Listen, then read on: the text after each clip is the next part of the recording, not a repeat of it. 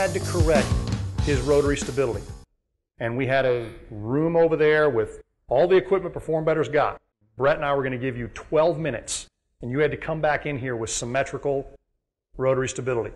What are some of the things you guys would maybe attempt here? Would you just practice the test? Would you do some type of core engagement? Are side planks coming out because you're at a loss? I mean, you've got to change that pattern. That's the competition for all the trainers and coaches in this room. Everybody gets a clone of him. You get to go train him for 12 minutes. We want you to come back and see that clean. Because corrective strategy should give you feedback that quickly. Will it stick? That's a question on how much they're going to participate with it. But I'm going to distill that 12-minute correction down into a 3-minute prep, and you're going to do it on a training day and a non-training day. You're going to do it as a superset between vigorous sets, and a week from now it's a non-issue. So a lot of people want to do a single correction, voila, and have it fixed forever. A habit is making that. A habit is going to break that. I got to do the correction until I can backload some strength onto that. Somebody give me a corrective suggestion real quick. Chop? All right. Wood chop or our spiral and diagonal patterns. The only thing I would say is a wood chop is a half kneeling or tall kneeling pattern. It could definitely change that. But following a developmental strategy, what is the lowest position that I could take him to? Rolling. And there are ways to look at his left and right rolling where this same thing could be magnified. He may be a good enough and strong enough individual. You put him half kneeling, you might not see it. Let's name some prime movers real quick. Pecs, lats, quads, glutes, gastroc, those are prime movers. When you got to lay flat on your back and roll to your front, or lay flat on your front and roll to your back, how many of those muscles I just mentioned can help you? How about diaphragm, TA, pelvic floor? There you go.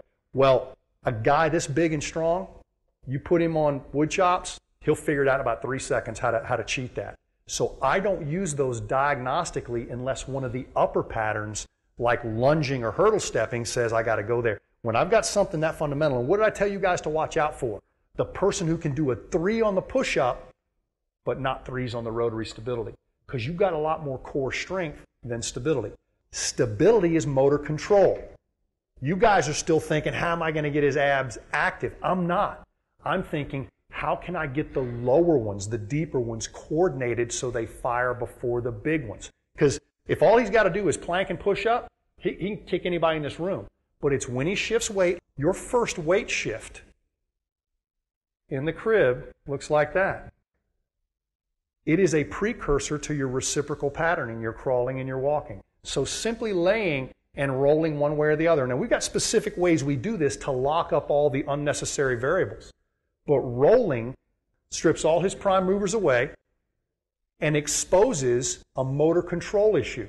Now, the reason I wouldn't go to rotary stability if his shoulders and active straight leg raise weren't at least 2s is his rolling is going to be complicated by a mobility pattern and not his own motor control. But you've done your work. You got enough mobility. So if you can't roll to one side or have difficulty in kin to the other, we captured the motor control issue.